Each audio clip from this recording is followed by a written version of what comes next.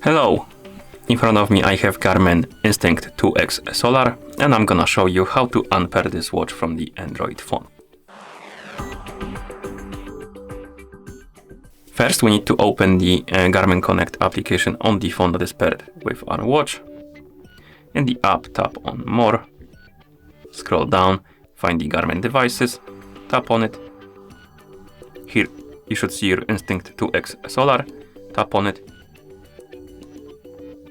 On this page, tap on the More Options icon in the top right corner, tap on Remove Device, tap on Remove. Once you see this pop up, tap on Settings. It's going to redirect you to the Bluetooth settings, and here you should see a list of previously connected devices. On it, there probably will be Instinct 2X Solar.